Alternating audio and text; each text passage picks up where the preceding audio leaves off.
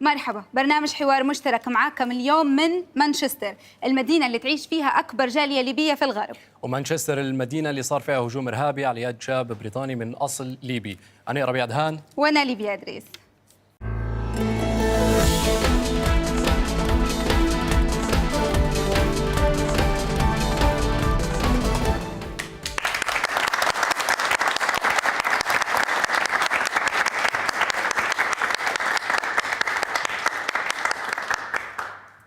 في الحلقة هذه حنركزوا على قضية الشباب الليبيين العايشين في الخارج، حنحكوا معاهم عن هويتهم، عن انتماءاتهم، عن اندماجهم في المجتمعات اللي يعيشوا فيها وعلاقتهم بليبيا. حنسألوا الحضور والجمهور الحاضر معنا اليوم شن يعني تكون شاب تنتمي إلى مجتمعين مختلفات كليا. وليكم أنتم جمهورنا في البيوت نحاولوا من النقاش هذا نحاولوا أن احنا نقربوا المسافات ونكسر الحواجز الوهمية الموجودة بين الشباب الليبي في الداخل وفي الخارج.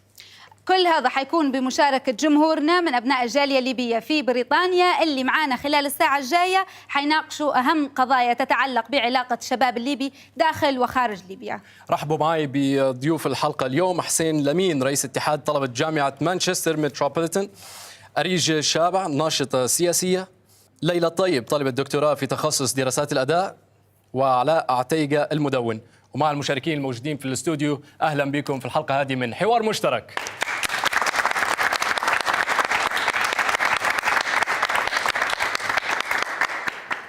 في البداية وقبل ما نبدأ الحوار خلونا نشوف في الفيديو الجاي آراء بعض الشباب الليبيين، منهم من مقيم في الخارج ومنهم من ولد وعاش حياته كلها في الخارج، آرائهم عن سؤال طرحناه عليهم وهو: كيف تعرف بنفسك؟ شنو هي هويتك؟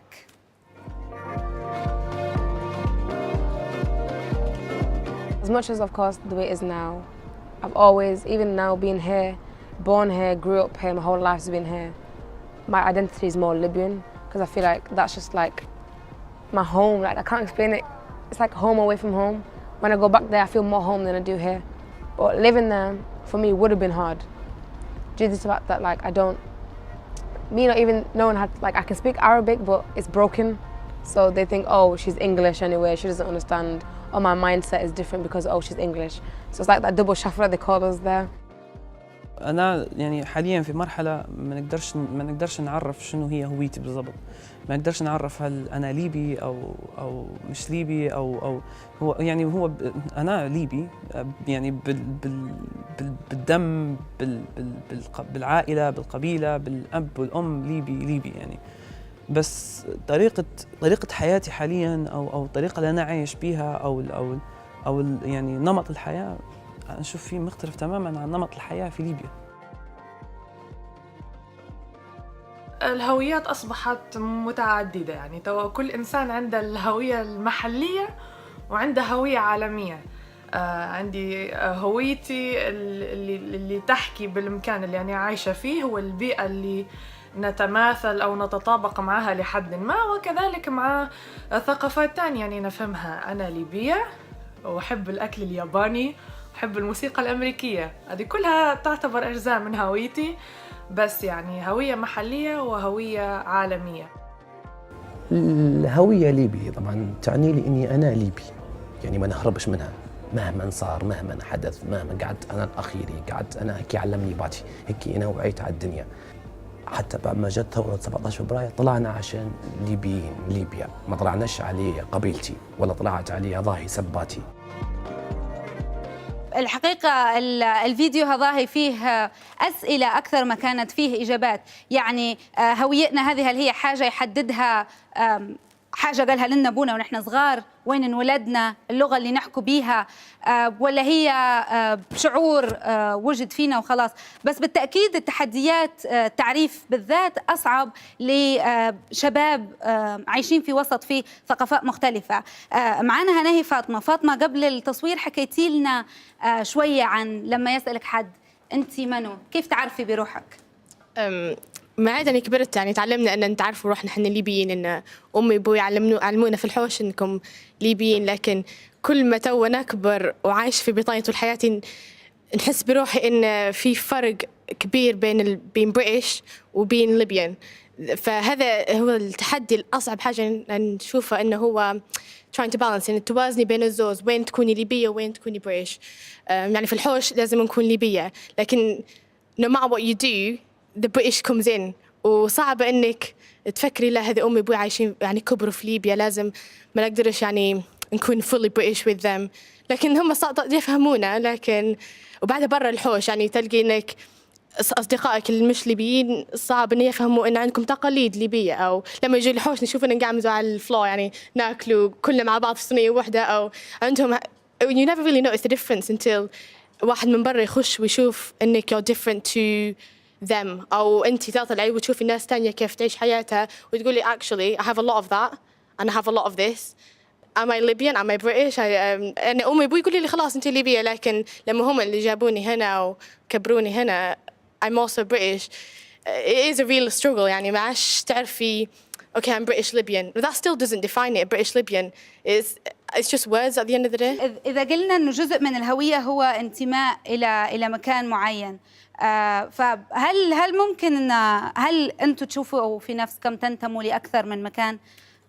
نبي حد يحكي لي على فكرة الانتماء وعلاقتها بالهوية، إنه أنت مواطن في دولتين، هل الدولة اللي تعطي فيك حقوقك كاملة هي الدولة اللي أنت شايف إنه أنا مفروض ننتمي لها، أو هي الدولة اللي أنت ورثت دمها؟ أوكي، نسمع منها ونرجع لك فاطمة. ردا على سؤالك ناحية الموقع أو الدعم أو كذا، مع نفسي بحكم كابرة في ليبيا بس مرحلة نموي ويعني زي ما يقولوا لما صحيت على العالم وكذا ونضجت كانت هنا. بس الناحية عن نفسي شايفة أن بريطانيا فقط مجرد محطة، وحاسة أن لربما الناس اللي مثلا مجيبين هنا وعايشين طول عمرهم هنا عندهم شعور مختلف. أما من ناحية الانتماء تحس أن طبعا دائما في انتماء ليك لليبيا، ويعني ليبيا الوطن وهي البيت وكبرت غادي ونجبت غادي وكل شيء، ولكن في نفس الوقت حاسة أن حاليا احنا يعني في العصر 21، فيعني العالم فصل هل بجلوباليزيشن، هل بيتغير، الناس كلها تتحرك وتمشي ومتبتش في مكان حسب الخدمة، حسب الوظيفة، حسب مثلا أشخاص تانيين اللي أنت مثلا تعرفت عليهم، أو مثلا في حياتك تكون سافرت وكذا، ولربما أنت مشيت لمكان وحيت المكان هذا أنك أنت ارتحت فيه، حتى لو مثلا مشيت لزيارة فقط لمدة 3 شهور، فربما ذاك أنت المكان قاعد عندك ليه انتماء. فحاسة حاليا أن الانتماء بالذات مع العولمة اللي صايرة حاليا طبعا ديما في خط رابط، خط رجعة للأصل لليبيا للبلد، بس في نفس الوقت حاسة معظم الناس، مش معظم الناس بس لربما الصغار، يشوفوا أن في راحتهم أو نجاحهم في الحياة يكون خارج ليبيا. هو من أهم يعني ليش الهوية شيء مهم والناس دائما تحكي عليها، بالذات عند الشباب لازم يكون في هوية تجمعنا، لأنها تجمعنا كلنا، لأنها تخليني أنا ليبية وأنت ليبية ونحن في بيننا اختلافات واجد، بس في شيء يجمعنا اللي هو هويتنا المشتركة. الهوية هذه نحن نحددوها.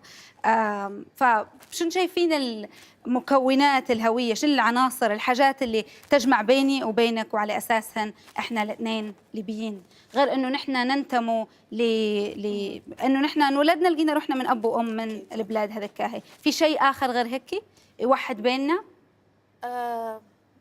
بالأجملية زي ما قالوا الأخوة السابقين، يعني فكرة إن كبرنا على هذا الشيء وشفنا هدايا، حتى مثلا حاجات بسيطة بكل مثلا مش عارفة لو مثلا هل بالليبيين أو لازم مثلا الشبشب لما يكون مقلوب يبون لا يقلبوه، مثلا حاجات بسيطة، مثلا عارفة هي حاجة زي شوية سلي، بس حاجات بسيطة وصغيرة هي مثلا تحدد هويتنا. زي ما قال الأخ قبل، عادات وتقاليد وكذا، مش حتى مع عادات وتقاليد، حتى مثلا تكون طبيعة أو مثلا أكل أو حاجة تكي بسيطة. في التمسك نحس فيه مش ديما ثابت، بس ديما في حاجة ثابتة ما تتغيرش، بس في شنية بالضبط نقدرش نقول. تمام. أنا حابة نسمع منكم، بس الأول في سؤال دائما هيك يطرح، هل الليبيين اللي ولدوا وعاشوا في الخارج تمسكوا، يعني هل الغربة وبعد المسافات تخليك تتمسك أكثر بهويتك، يعني تقعد لازم تاكل ليبي كل جمعة ومش عارف إيش، ولا تخليك بعد فترة تبعد عنها وما عادش تفكر فيها أساساً؟ في حد عنده إجابة؟ تفضلي. أنا بصراحة شايفة أنا لما تقولي أنا ليبية وننتمي لليبيا، هذا شيء يعتمد على تربية أهلك. لو هم ربوك على إنك تحبي بلادك وتقولي أنا ننتمي للمكان هذا، هذا شيء من البيئة اللي أنت حواليك. أصدقائك ليبيين، مش شرط بس تاكلي ليبي، ما أنا نقدر ناكل ليبي زي ما أنا نحب التشاينيز فود ولا إيطاليان فود. بس هل أنا أنتمي لإيطاليا؟ أكيد لا. أنا أنتمي لبلادي اللي نحبها، لأني أنا مثلا صديقتي المقربة ليبية قاعدة نتكلم ليبي، كان نتكلم إنجليزي مرة، ولكن الانتماء تحسي إن هذا شيء له علاقة واجد بتربية الأهل ليك. يعني مهما تعيشي برا، مثلا أنا متغربة حاليا، وزي ما قالت سعاد مجرد محطة، بس في النهاية أنا نبني في مستقبلي باش نخدم بلادي. حيكون عندي حنين للبلاد اللي عشت فيها برا، ولكن تظل غربة مش انتماء. تمام. ربيع، حننتقل لك وضيوفك الحاضرين معاك، نحكوا أكثر على القضية هذه، على شنو يوحدنا، شنو يخلينا كلنا ليبيين، شنو هويتنا. اوكي ليبيا، قبل ما نخش في تفاصيل وما نبيش نوجه اسئله لاي حد فيكم، لكن نبي لو نقدروا نطلعوا تعريف احسن للهويه. شكون فيكم عنده تعريف احسن؟ نظر شنو هي الهويه بالنسبه لك؟ شنو تعني؟ تبدا حسين. اولا بسم الله والسلام عليكم، وشكرا لجمهور الحاضرين معنا والمتابعين من وراء الشاشات. طبعا اولا برايي الشخصي ما فيش تفسير معين لكلمه الهويه. الكلمه الهويه لازم يعني تتجزأ لعده اجزاء، وكل شخص ممكن يشوف الهويه. يعني في كم من منطلق لتفسير معنى الهويه للمواطن، اللي هي الا وهي الهويه الدينيه، الهويه العقائديه، هويه ثقافتنا هوية الثقافات والتقاليد اللي عندنا كهوية بيتنا أننا كليبيين. أنت وتربايتك، حنينك للوطن، أنت وهويتك يعني من ناحية المنظر، هل هويتك أنك هويتك بالمنظر يعني من فوق لبسك وسلوكك وكلامك أنك ليبي. هل في يعني تفسير معين؟ عندي لا. يعني مثلا انت اللي تقصده مثلا انه ممكن يكونوا زوز خوت تربوا نفس التربيه، لكن ممكن كل واحد فيهم يشعر بهويه مختلفه، لان الهويه هذه حاجه جايه من داخل الشخص مش من اللي حواليه. صح. شنو قصدك؟ انا واختي نختلفوا اختلاف بين السماء والارض، فيش اي حاجه تجمعنا، مع اننا تربينا في نفس الحوش، من نفس الام ومن نفس يعني انا انولدت في ليبيا، صح عشت في اكثر من دوله، لكن في النهايه لما حد يسالني انا ليبيه. في شغلي نشتغل في القطاع العام في وزارة البناء، وكل ما أنا في اجتماع ولا نشوف ناس أنا ما نعرفهاش من قبل، ديما تسألني أنت من وين؟ أنا ليبية. بجديات أنت how like you don't look like Libyan. I'm like do you know actually how Libyan people look like? So هنا كيف أنت تعبر على كونك، هل أنت تحمل هوية معينة أو لا؟ أنا في شخصية أنا كأريج يس انتمائي ليبي ونش نحمل الجنسية الليبية، ولكن أنا عادة نقول أنا نحمل جنسية العالم. أنا ننتمي لأي مكان في العالم، لأن العالم هذا يقدر أي حد يكون فيه في أي مكان، بس هو زي ما يقولوا home is where the heart is. ليلى، هل مهم أن الواحد يكون عنده هوية واحدة ثابتة ما تتغيرش، ولا طبيعي أن الواحد بيكون عنده كذا هوية أو ما يكونش عنده هوية تماماً، أو يخترع لروحه هوية ما؟ يعني مثلاً زي أريج تو من شوية قالت أنا ننتمي للعالم، هل طبيعي أن كل واحد يحدد الهوية اللي هو يشوف فيها، ولا كل واحد مجبر أنه هو يكون عنده هوية معينة؟ اوكي، حنحاول نقول حاجتين. أنا باعتقادي ما فيش حاجة اسمها، أو ما فيش بجديات ما فيش هوية ثابتة، لأن الهوية تتغير في كل مكان في كل سياق. وفي نوع من أنا نسمي، أو في دراسات الأداء، أنا في دراسات الأداء نسموها أداء الهوية. فكيف تتصرف مع ناس ثانيين، يعني أنت تؤدي دور في السياق معين. فهذا شيء. والشيء الثاني نعرفش كنت نبي نقول صراحة، بس ممكن يعود. إيه بس عادي تقدري مع احنا ليبيا هنلاحظ انه في الحلقة هذه حيكون عندنا تحدي في موضوع اللغة العربية والانجليزي، طبيعي الحاجة هذه، بس هذا السبب ليش احنا مديرين الحلقة هذه اصلا يعني. فليلى تتكلمي براحتك. ايه عادي. اوكي. والحاجة الثانية اللي كنت نبي نقولها هي ان بالنسبة لفكرة مثلا انتماء للعالم، بالنسبه للانتماء هذا ممكن يعني ممكن يكون، بس في نفس الوقت لازم ما ننسوش موضوع الانيكواليتي، وطبعا ما فيش مش عدم المساواة قصدي. عدم المساواة بالنسبه للموبيليتي، الحركه من مكان لمكان. ان مثلا انا يعني احتمل جواز امريكي شخصيا، فاستطيع ان اذهب من مكان الى مكان ثاني بسهوله، ومع جواز الليبي طبعا مش شكي. فهذا لازم يكون جزء من الحوار عن الهويه بالنسبه لي، باش نفهمه اكثر.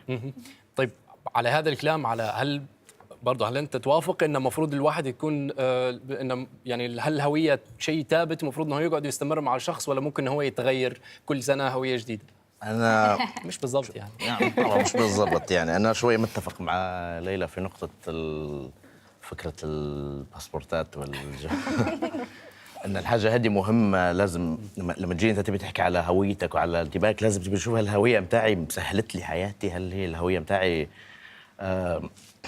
ساعدتني أو صعبتني أو مفروضة علي من ناحية مثلا زي في حالتي أنا مفروض علي، أنا ليبي نوت باي تشويس، يعني ما عشتش برا، اتولدت عشت طول عمري غادي، قعدت غادي. فلما جيت ناقش في موضوع الهوية الليبية، الحاجات هذه مهمة انك انت تذكرها في النقاش، ان هل انا كليبي بجنسية واحدة شنو مأثر فيها في حياتي، شنو مساعدني، شنو مش مساعدني. سمعت الموضوع محطة كذا مرة، بس هل يعني في ناس عندهم جوازات سفر تانية غير الليبية بس يشوفوا فيها من ناحية لأنها يساعد فيها في حياتي، سهل لي في إجراءاتي، لكن مش شرط أنني نعتبر هويتي كندية أو هويتي بريطانية مجرد أنني عندي جواز السفر أو لأنني عشت في دولة 10 سنين. بس هي كيف أنت الهوية متاعك كيف؟ هل هي أنا عندي جواز كندي بس أنا نعتبر في نفسي ليبي بحكم أن أهلي ليبيين وكذا كذا، أو أنا عندي جواز واحد وأم شوي أم ريزنتفل على الوضع، مش ريزنتفل إن أنا ليبي، بس على الوضع الحالي اللي صاير لي بسبب الجنسية اللي انفرضت علي، اللي هي مش أنا يعني مش ضد أن هذه جنسيتي، بس الإجراء قانونيا كموضوع أن هذا إجراءات والورق وهيك كيف أثر لي في حياتي. أنا متأكد إن في تعليقات عند الجمهور شنو ليبيا، نشوفوا الجمهور أكيد عندهم حاجة يقولوها على الكلام اللي سمعوه توا من البانل. طيب هو واضح عندنا أكثر من حد عنده تعليقات، حنبدأ مع حضرتك. شكرا. من وجهة نظري الشخصية بخصوص الجوازات والجنسية، لا أعتقد أن الجواز أو المستندات الجنسية هي أصلا تأثر لوحدها، إن هي مثلا تأثر في هوية الإنسان، لأن لو بنتكلم بنرجع للنقطة اللي أنت تكلمت عليها في بداية الحوار كانت على مكونات الهوية. لو نرجع نفصل مكونات الهوية راح نقولوا إن مثلا الهوية الدينية اللي هي بالدرجة الأولى أو المحرك الأول للهوية، باعتبارنا كنا ليبيين ومسلمين ما أعتقدش أن النقطة هذه راح تكون محل الخلاف، لكن الاختلاف راح يكون في المكونات الأخرى اللي هي مثلا المكون الثقافي، المكون اللغوي، المكون اللي أنا شخصيا نشوف فيه مؤثر جدا هو المكون الجغرافي اللي هو البيئة أو المكان، أو قربك من بعدك من الثقافة الأم، وفي نفس الوقت انت وجودك في المكان هو كيف راح يأثر عليك بحيث انك انت تكتسب هوية المكان اللي انت عايش فيه، سواء كان بسبب أنظمة التعليم إذا كانك انت انخرطت في أنظمة التعليم مثلا خصوصا من الصغر. فأعتقد هذه أهم المكونات، وخصوصا المكون الجغرافي اللي هو البيئة اللي انت راح تعيش فيها. أنا أعتقد ان هي أكثر مؤثر يمكن أنه يأثر على هوية الإنسان. أولاً قبل الإجابة عن سؤالك، طبعاً هي الهوية لو كان لو كان أنت بتجاوب بمصطلح هو دقيق نفسه، لو كان مثلاً عندك جواز أمريكي أو جواز كندي أو غيرهم، فهذه تعتبر هوية رسمية، لكن مش بالضرورة أن هي تأثر عليك كشخص. تمام، يعني فممكن أن نحمل جواز لدولة أخرى لكن في نفس الوقت تكون هويتي ليبية بحثاً صح التعبير يعني.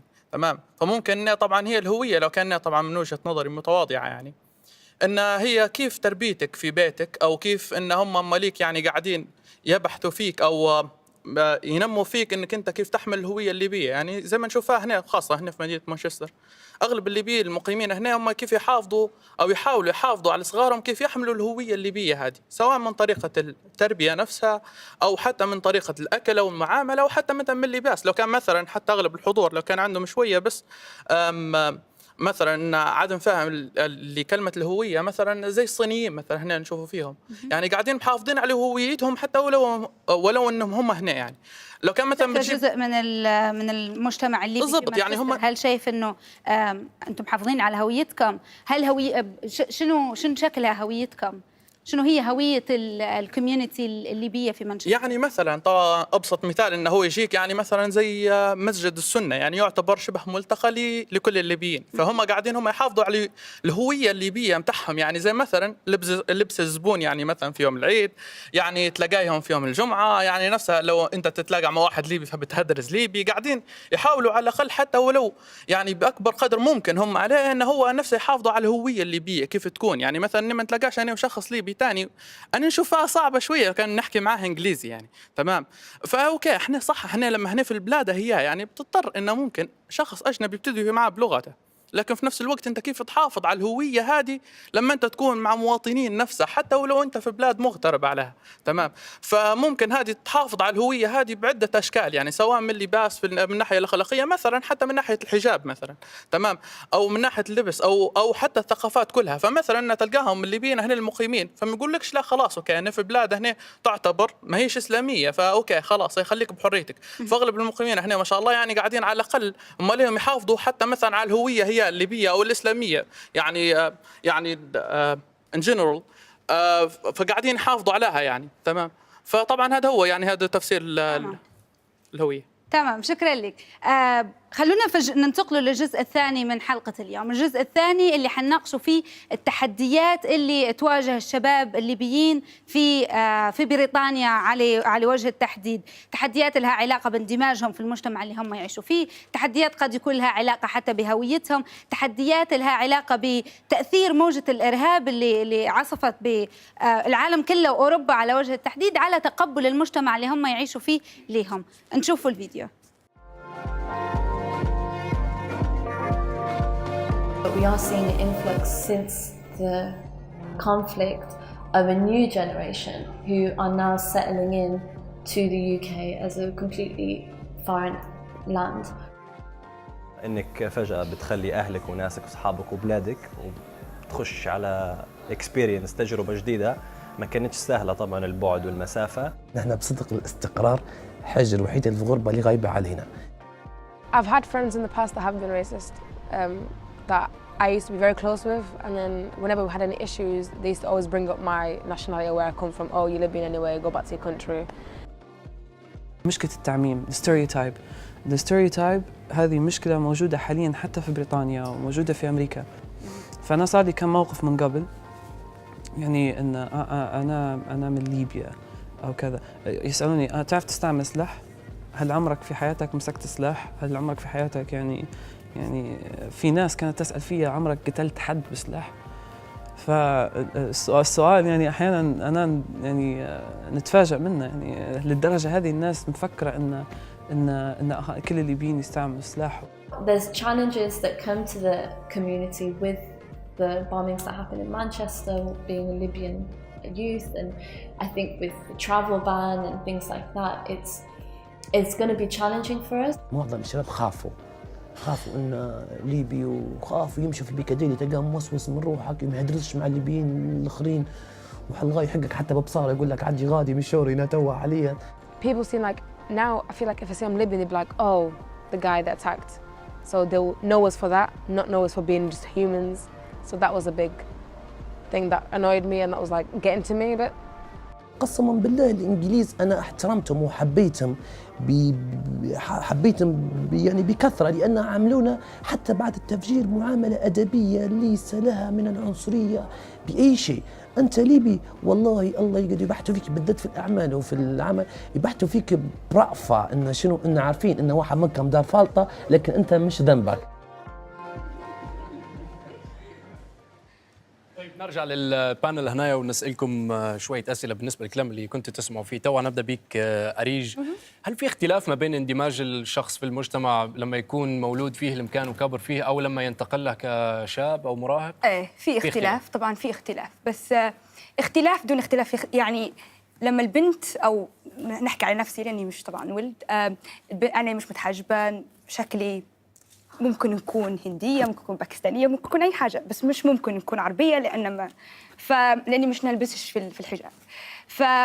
فلما توصل للوضع اللي انه هو يسالوك ويعرفوا انك انت عربيه، احيانا مش طبعا مش طول الوقت، احيانا بتحس بالعنصريه ويعاملوك بطريقه عنصريه، واول سؤال يسالوه لك انت ليبيه، انت مسلمه، اللي هو يربطوا الجنسيه بديانه. وانا نشبه فيها تو هنايا مثلا في بريطانيا، عمرك ما تربط حد بديانته، لان عاده ما تقدرش تسال حد او انت كريستيان او نوت كريستيان او حاجه هيك. فهذا هنايا الصعوبات. ولكن الفرق ما بين اللي مشي غادي وهو واعي على الدنيا وما بين اللي ماشي مثلا تجربته الاولى هي في المجتمع. ايوه اكيد. ففي نفس الوقت في صعوبات اللي هي تواجهها في العمل. أنا شخصياً واجهت هلبة صعوبات في عملي في كذا، لأنني عادة I'm the second choice for everything. Even if I was the best candidate through this interview process, but it's always I am the second choice. عادي يصير. تمام. حناخذ منك أريج وحنسأل حسين هنا. حسين أنت رئيس اتحاد طلبة جامعة مانشستر متروبوليتان.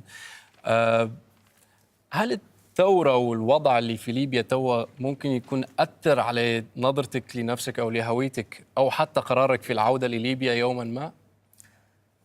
نعم، حتى من ناحية أنا تفرق على الشخص قداش، هل متوالد في البلد هذه؟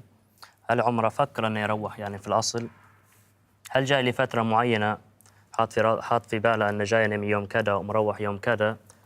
هل الظروف اللي صارت في ليبيا اللي جابتها هنا على المنطلقة هو يعني تختلف من شخص لشخص. تلقى في شخص يعني متوالد هنا، ماليهم اللي محولين هنا، فبريطانيا أو أي بلد يعني اللي ساكن فيها خارج ليبيا تعتبر هي يعني البلد اللي متعايش فيها، اللي متوالد فيها، اللي كابر فيها، هي البلد اللي يعرفها. وفي اللي تلقاه متوالد هنا لكن تشوفه يعني من طباعاته، من أخلاقه، من سلوكه، تقول عبد الله قاعد في ليبيا، لك عبد الله في ليبيا من كل شيء. يعني لين تستغرب مرات، تقول انت كيف ليك متولد هنا وما عمرك مش حتى ماشي لليبيا، ولكن تتكلم بلهجه ليبيه وتعرف ليبيا من الف للياء وتعرف الليبيين، وتلقاه يفهم لك في القبائل ويعطيك انت من وين ولي مني. فتختلف من ناحيه الثوره، يعني حسب ما قلت لك، يعني هل الشخص يعني في الاصل كان ناوي انه يروح لليبيا ولا لا؟ اذا كانت يعني كانه كان في باله انه مروح وجدت الثوره، طبعا الثوره وما جابت يعني جابت صعوبات للبعض. عندك المشكلة الأمنية، المشكلة الاقتصادية، المشكلة الوظائفية. يعني هل الشخص كان عنده حاط في باله أنه يروح، يعني لربما كان جاي هنا يقرأ لمدة معينة ومروح حاط في باله أنه بيمشي لوظيفة معينة. مرات الثورة وما جابت من الثورة يعني جابت له عائق، أو من الناحية المالية، يعني تو في ليبيا تمشي لمصرف ما تلقاش وين، ما تلقاش ما تسحب. ولا من الناحية الأمنية، يعني هل المكان اللي متواجد فيه، المكان اللي كان ناويله ولا اللي جاي منه آمن لي؟ هل يعني عنده صغارة مش صغارة مع عائلته؟ هل ما يأمنش على صغاره يعني أن يروحوا في ليبيا؟ فمن هذه يعني مرات حق يفكر أنه يقعد هنا في بريطانيا. وفي العكس صحيح، في اللي يعني يشوف فيها أنه واجب، أن البلاد عايشة في محنة، شخص متمكن، شخص متعلم، الدافع الوطني اللي عنده يجي يقول لك لا أنا زي الليبيين، خلي انت عايش اللي عايشين فيه المواطنين، نروح ونقدم ونعاني اللي يعاني فيه الشعب يعني. طيب حسين، بنسألك انت على هل ممكن ان طول المده متاعت الظروف الصعبه في البلاد ممكن ان هي تؤدي لان الواحد بشويه بشويه يتغير هويته ويندمج اكثر في المجتمع اللي فيه، مش رغبه في المجتمع ولكن خوفا من الرجوع والوضع اللي في بلاده؟ اكيد طبعا، لان اغلب اللي طلعوا بعد مثلا، يعني واحده بسبيل المثال، اغلب اللي طلعوا بعد الثوره ما كانش هدفهم في الحياه، مثلا ما كانش يقولوا لما بنكبر حنمشي نبي نطلع من البلاد ونبي نهاجر. هذه ظروف الثوره هي اللي خلت اغلب الناس اللي حصلوا فرصه يطلعوا. والحاجه هذه يعني مش تغصبك، لكن تخليك انك انت تضطر تتاقلم على المجتمع او المكان اللي انت مفرض عليك تكون فيه. هل حاجه زي هذه تؤدي انك انت بشويه بشويه تبدا تفقد التواصل مع ليبيا وتخليك انك مش شرط، حسب يعني الموضوع نشوف فيه على حسب كل شخص من ثاني. يعني انا انا شخصيا ما عمري ما حسيت روحي اني انام لدرجه ما نحسش في روحي انا قاعد برا ليبيا. ما نقدرش نعرف نفسي اني انا متغرب وقاعد برا مش يعني والله مش عشان موضوع اني انا في مالطا ولا حاجه، بس يعني فكره اني انا ممكن هل وجود الليبيين غادي بكثره وهذا السبب؟ مش شرط، لا ما نحس فيها هي كنفسها كمجتمع كبلاد قريبه واجد منها على قد اختلاف الدين والحاجات هدي وان هم حتى هم يعني شعب متدين كاثوليكيا يعني. على النقطة هذه مهمة هلبة نحكي نسأل بها ليلى، هل اختلاف المجتمع الثاني مجتمع لمجتمع يخلي الاندماج أسهل أو أصعب بالنسبة للليبي من مكان لثاني، ولا المفروض أن اللي بيندمج برا يقدر يندمج مهما كان المجتمع اللي بيندمج فيه؟ ما نعرفش، ممكن بين الإمكانيتين. ولا هل فعلا يعتمد على الشخص كل واحد روتينه بروحه؟ الشخص طبعا كل شخص يختلف من الثاني، وفي جزء منه اللي هو اختيار. انا يعني مثلا انا نص انا نص ليبيه نص امريكيه، امي امريكيه، وابوي هو طلع في الستينات من ليبيا ومشى لكاليفورنيا، ويعني كان في هو فكر في طريقه معينه، وكان يعني والاندماج مش حاجة اللي تصير في لحظة واحدة، ممكن بعد الوقت يعني تضيع اللغة. مثلا زي ما أبوي لما يحكي بالعربي يحكي عربي تقريبا مكسر، حتى وهو يعني هي لغة الأم، بس في نفس الوقت طبعا الثقافة مش حاجة اللي تكون نفسها من زمان فترة. فالثقافة الليبية في الستينات في بنغازي يعني تختلف تماما من الثقافة اللي في بنغازي توا، وهذا مش حاجة غريبة يعني احنا عايشين فيها بس توا، هذا بالشكل عام دائما هيك. إن مع تقدم الوقت ومع اختلاف الوقت اكيد الهوية بتختلف والثقافة الواحد والتصرف يعني الحاجات اللي صارت اللي انت جيت بتشوف زي ما هي قالت ان الستينات كانت فتره تختلف في ليبيا على توا. شنو صار من بين الستينات لعن توا؟ ليش الاجيال تغيرت؟ ليش اجيال اهالينا كانوا منفتحين، كانوا ما نحكيش على ناحيه يعني مش انفتاح يعني بس على مظهريا ولا هيك، بس كانوا متعلمين، ما فيش حد يعكسها ولا يكلمها ولا اكيد هذا اللي ماما تقول فيه يعني. وموضوع يعني موضوع حتى اخلاقيا كان يختلف يعني الزمان يعني انا نسمع في حاجات على الموضوع هذا لحلقه ثانيه يعني سامحني بس هي هذه بس فهمتني هي يعني قصدي انا من ناحيه هذا على الاندماج. واحد ان هم طلعوا من ليبيا زي ما تقول، طلعوا في ليبيا في وقت كويس والناس كانت فيها تختلف، كان سهل عليهم الاندماج في مجتمعات ثانيه. فلما تشوف مثلا الليبيين الاجيال اللي طلعوا بعدها مرات نقول ان هم طالعين من نتاج اللي هو كيف كانوا الليبيين زمان. ايه تمام. ليبيا حنسمع اكيد من الجمهور في كم تعليق. انا بنسال حاجه واحده، اهم او اكبر تحدي يواجه فيك كليبي او شاب انجليزي من اصول ليبيه في المجتمع اللي انت عايش فيه، اكبر تحدي يواجه فيك؟ انا طالب هنا، وطبعا لكن نشوف الشباب المقيمين هنا هو مشكله العمل وكيفيه ايجاد عمل، لان الحياه هنا صعبه بدون عمل. والشيء الاخر نحب نعلق على ضيفك الكريم، اغلب المشاركين هنا مقيمين من فتره بعيده، يعني الاخوه المواطنين الليبيين كانوا يهاجروا من ليبيا من قبل ثوره 17 فبراير وليس بعد الثوره. وشكرا. تمام. موضوع العمل حتى أريج حكيت عليه، انه انت دائما انه انت تحصل عمل وهيك لما تكون من اصول مختلفه على اهل البلاد يكون صعب. اكبر تحدي يواجه فيك؟ اكيد العنصريه، يعني اكيد ممكن على الاقل 85% تعرض العنصريه. مش شرط تكون مولود هنا، ممكن تكون مولودين في بريطانيا والانجليزي يحبوكم، وممكن الانجليزي يحبوكم لعند فتره معينه وبعدين يقضوا عنصريين بسبب ظروف. مثلا عشان انا ليبيه كنت نشتغل في مكان وكل شيء كان حلو لعند ما صار الظرف في مانشستر. طبعا عشان معروفه جنسيتي ليبيه في مكان العمل، شخص كان يعمل فيه احلى معامله، في يوم وليله تغير كل شيء. ليش؟ لاني ليبيه. وطبعا انتم تعرفوا مكان العمل مفروض ما نتكلموش على الدين او السياسه، لكن الشخص هذا كان يستغل انه لما ما فيش حد يفتح موضوع الدين وعلى السياسه، وانه انتم مسلمين تجوا لي بلادنا وبعدين تهاجموا بلادنا، تديروا طبعا مربوطين بالارهاب مع الاسف. تلبسوا حجاب ولا تلبسوا طويل. مع العلم أن الشخص هذا كان يقول أنا نمشي لدبي ونحب العبايات. فجأة العباية بدت شيء مش حلو. طبعا إن بعد الظرف اللي صار في مانشستر حتى في المدينة اللي أنا عايشة فيها بدول البوليس كلهم يطلعوا بسلاح عشان السكيورتي والأمن قالت نحن ما كناش نشوفه في المظاهر هذه إلا بعد ما أنتوا المسلمين أو الليبيين ضريتونا. فأعتقد أن هذا تحدي ممكن لو حد شخصيته ما تتحملش التعليقات هذه حيتأثر وحيفكر يغير مكان شغل تاني أو يبدأ مش حابب يمشي للشغل. تمام. طبعا كلنا نحن كشباب ليبيين استقبلنا الحادث هذاك بالذات بشكل خاص، لانه اول مره تكون في يعني عمل ارهابي يمسنا بالدرجه هذه، بس اكيد انتم اللي عايشينها نهي كان له واقع مختلف. صارت معاكي حاجه، صارت معاكي يعني قصه تبي تشاركينا بيها بعد اللي صار؟ هي مشكلة العنصرية institutional racism. institutional racism مش من اللو ولا يعني المعاملة في الليدرز ولا الشيء هذا. هي مشكلة في الاجتماع في المجتمع.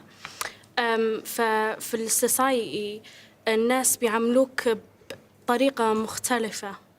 يعني people treat you very differently. So institutional racism is a very big factor of being Libyan and Muslim in Britain, because people use your image, stereotypes, as someone said in the video, as a way to put you in a corner, to say that you're this, you're that, but you're you're like battling the fact that you're Libyan and British, but you're not Libyan enough, but you're not British enough.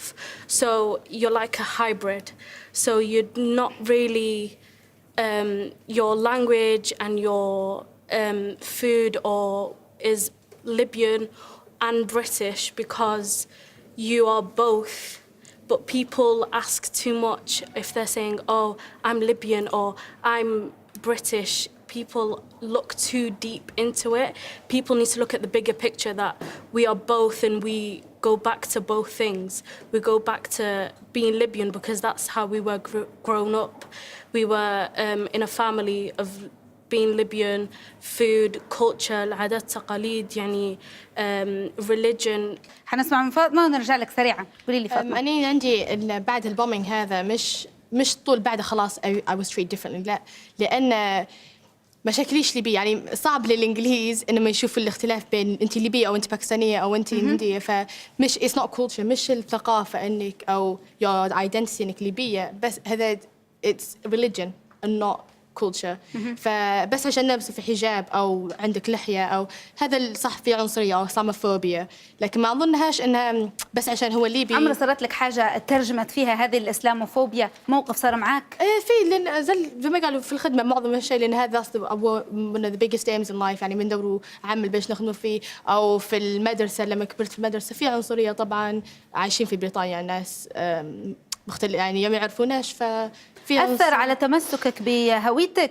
يعني عشان خاطر تمشي للمدرسة من غير ما حد يضايقك ممكن أنت تتخطي موضوع أنه كنت ليبية ومشكلة شوية قبل تحكي لي عنك ليبية ومسلمة بالعكس هو أصلا يخليك تشدي فيه أكثر. إن لما تجي لبلاد عارفة إن أمي وأبوي يجوا لبلاد يعني مختلفة، هم تشوفيهم ماني نقول لما تشوفي الليبيين لما يجوا هنا لأول مرة، بالعكس نشوف فيهم ليبيين أكثر من الليبيين اللي عايشين في ليبيا، لأن في تمسك. يعني they become hostile to the outside society، لأن يخافوا لا أولادنا بياكلوا بالإنجليز فلازم نشدوا بعاداتنا وتقاليدنا أكثر. فلما مرات نمشي لليبيا يقولوا لي خيرك هيك قاعدة، يعني كأنك يعني من زمان جاية أو ليش. ممكن لغتي مش كويسة لكن عندنا تقاليد وعادات. هذه حننتقلوا لها في النقطة الجاية اللي حنحكوا عليها، حتكون لها علاقة باندماجك في المجتمع. ربيع، موضوع الهوية وموضوع الصورة المنمطة عن العرب والمسلمين في أوروبا وموضوع العنصرية هن أهم التحديات اللي تواجه في الشباب اللي حاضرين معنا. مش حنوجه سؤال لحد فيكم، لكن نبي نعرف بشكل عام من بعد الهجوم متاع مانشستر وبشكل عام السنتين ثلاثة اللي فاتوا كذا هجوم إرهابي في أوروبا، هل الحاجة هذه تغيرت معاكم في السنوات اللي قضيتوها هنا؟ هل تغير تعامل الناس مع أي حد فيكم؟ أريج تبي تقولي حاجة؟ أنا في حاجة واحدة بس نبي نقولها. أنا شخصياً لما حصار التفجير في مانشستر لأني نشتغل في الدولة الإنجليزية طبعاً قطاع عام، نتذكر دخلت الصبح ثاني يوم كنت على الآخر يعني هيك خايفة، ويعني أنا يعني كنت على الآخر زعلانة، ويعني كان يعني بصراحة يعني كان ديزاستر يعني. والتيم متاعي كلهم قاعدوا يشبحوا لي، بعدين قالوا لي اتس اوكي ريش عادي، يعني احنا نعرفوك انت اوكي انت ليبيه، بس احنا نخدم معاك لنا اكثر من سنتين، يعني احنا مش هنعاملوك باي طريقه يعني، واحترموني لاخر طيب. لحظه. فما كان انا ما كانش في حاجه صعبه يعني. اللي صار ثاني بعد تفجير مانشستر، قعدوا الليبيين صارت بيناتهم مشاكل يعني على الاقل في موضوع السوشيال ميديا، يعني اقل شيء قعدوا الليبيين اللي في ليبيا يحكوا بدت الاتهامات من الجهتين الليبيين من زمان، نقول لكم عليهم الليبيين اللي في مانشستر من زمان، يعني تسمع هذه المشاكل العراك الليبيه، ما اصلا ما شفناش منهم، مش عارف ما شفناش منهم كذا كذا، شو تتوقعوا؟ كلام يعني قاعد نظلموا فيه مجموعه كبيره من الليبيين. اول حاجه اللي في مانشستر نظلموا فيه يعني ناس نشوف نفس الفئه هذه، والليبيين نفسهم اللي في ليبيا قاعد يعني كانت فرصه ليهم انه مش يطلع الغضب.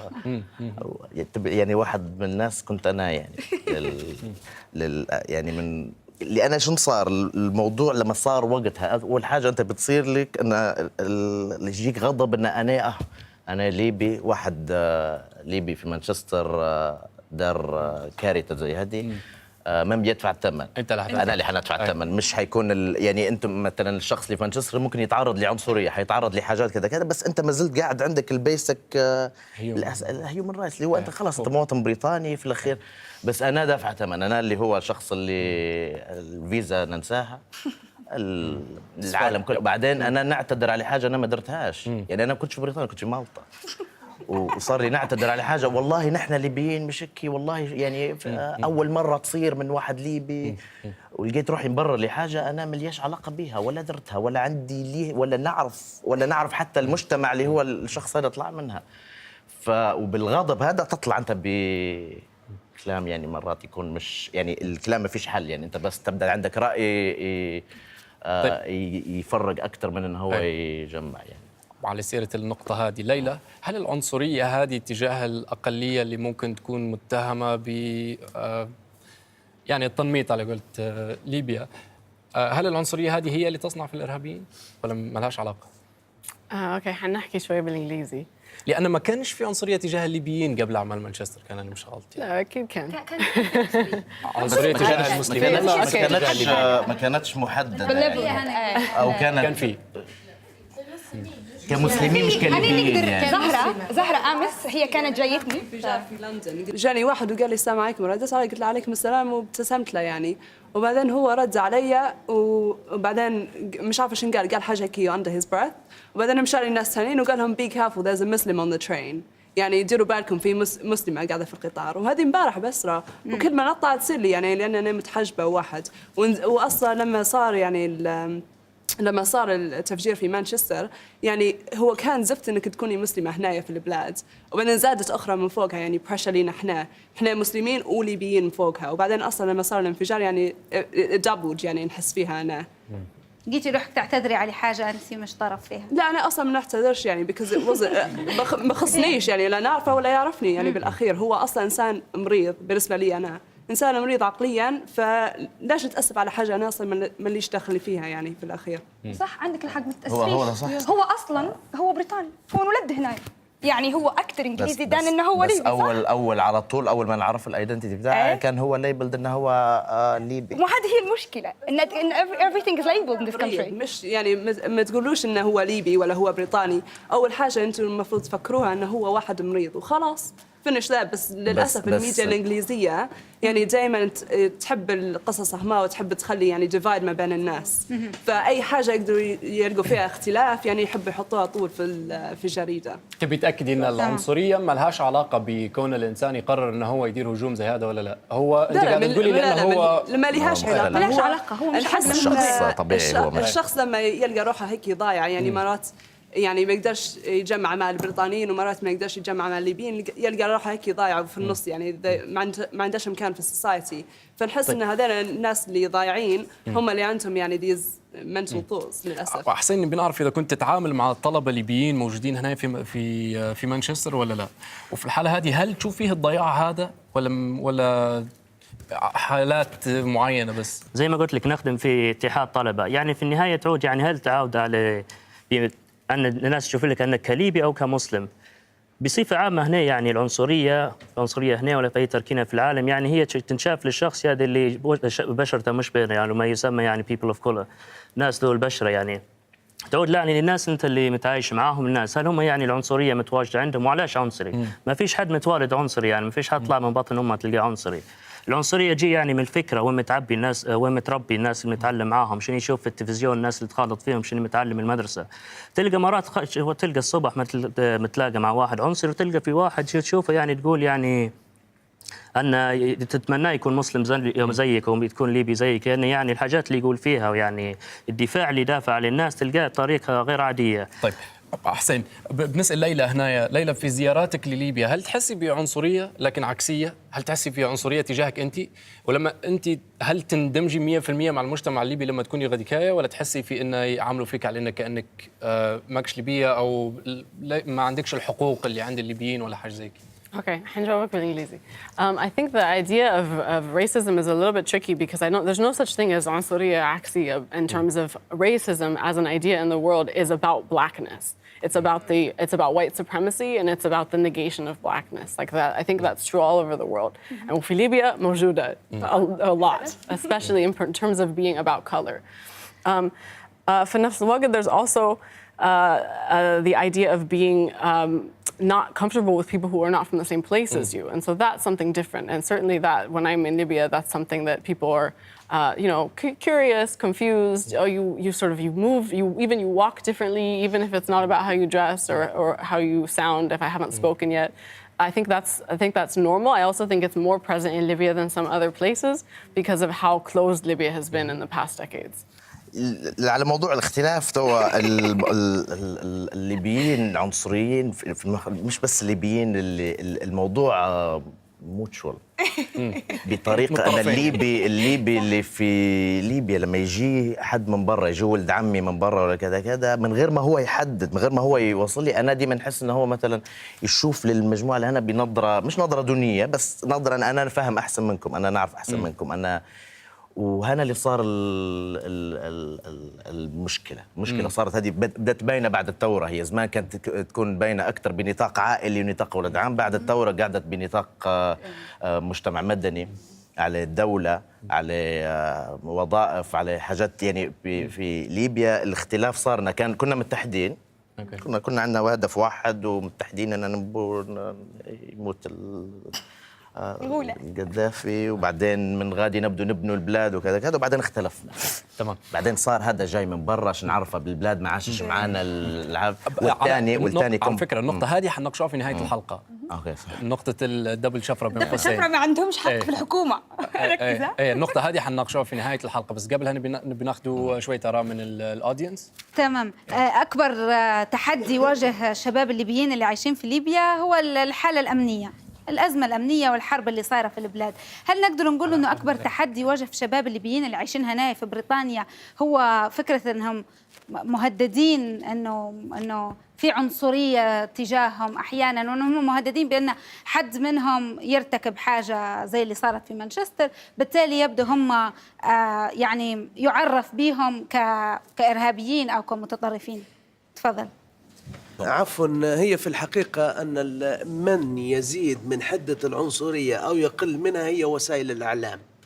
وسائل الإعلام عندما تتناول الأخبار يعني تتعلق بحادثة معينة أو بشيء معين فطريقة صياغتها للأخبار هي اللي تزيد من حدة العنصرية. هذه هنا في المجتمع البريطاني. وممكن أن هي تخفض من حدة العنصرية لأنها هي وسائل الإعلام زي ما لاحظنا احنا في BBC أو في عدة وسائل إعلام هي اللي تكون الصورة الذهنية لدى الناس. خليني نسمع من أمير هناهي، أنت من بدري بتقول حاجة فيما يتعلق بالعنصرية. نعقب على موضوع العنصرية على أساس تحديات بالنسبة لنا احنا الرجال أو النساء، عندك المتحجبات وعندك المتدينين هم اللي بيتعرضوا لأكثر حاجة للعنصرية هي، لأن الهوية الإسلامية متاعها باينة فيه.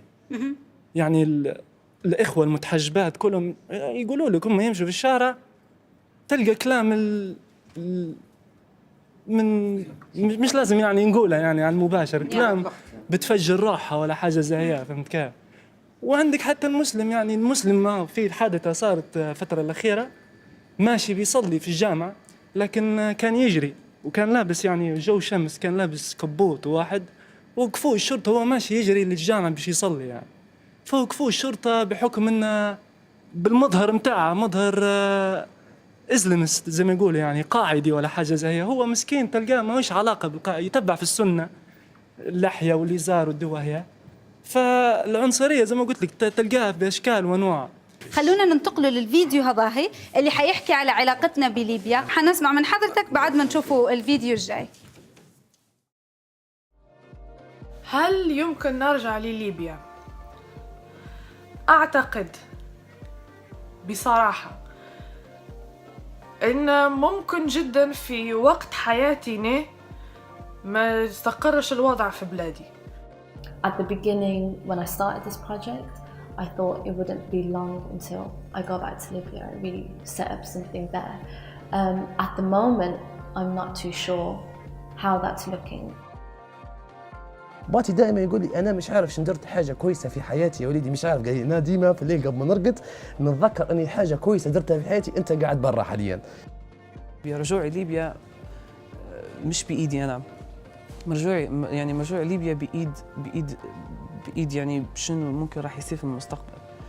اما بالنسبه هل انا حننفع بلادي ولا لا، انا في بلادي حننفعها في الحالتين، سواء اني رجعت او ما رجعتش. ليبيا زي ما هي بلادي، انا نشوف زي ما ليبيا بلادي، انا نشوف حتى في بريطانيا بلادي. يعني اي دوله انا عشت فيها واي دوله كليت من خيرها وتعلمت فيها، شوف فيها بلادي حتى هي. انا مقرر اوريدي في حياتي اني ديما حرد ليبيا، لان مهما طلعت وين ما طلعت في العالم، ليبيا فيها ناسك، فيها احبابك، فيها اهلك، الواحد ما يبيش يقعد بعيد، حتى الوقت اللي تضيعه بعيد حاول انك تضيع في حاجه تستفيد منها بعدين ترد تفيد البلاد. في الاخير ليبيا هذا الوطن، العيله، الذكريات، الحب، الحنين، كل شيء. انا عندي مسؤوليه كليبي اني نمثل بلادي بشكل ايجابي في بريطانيا، اني نجتهد في دراستي.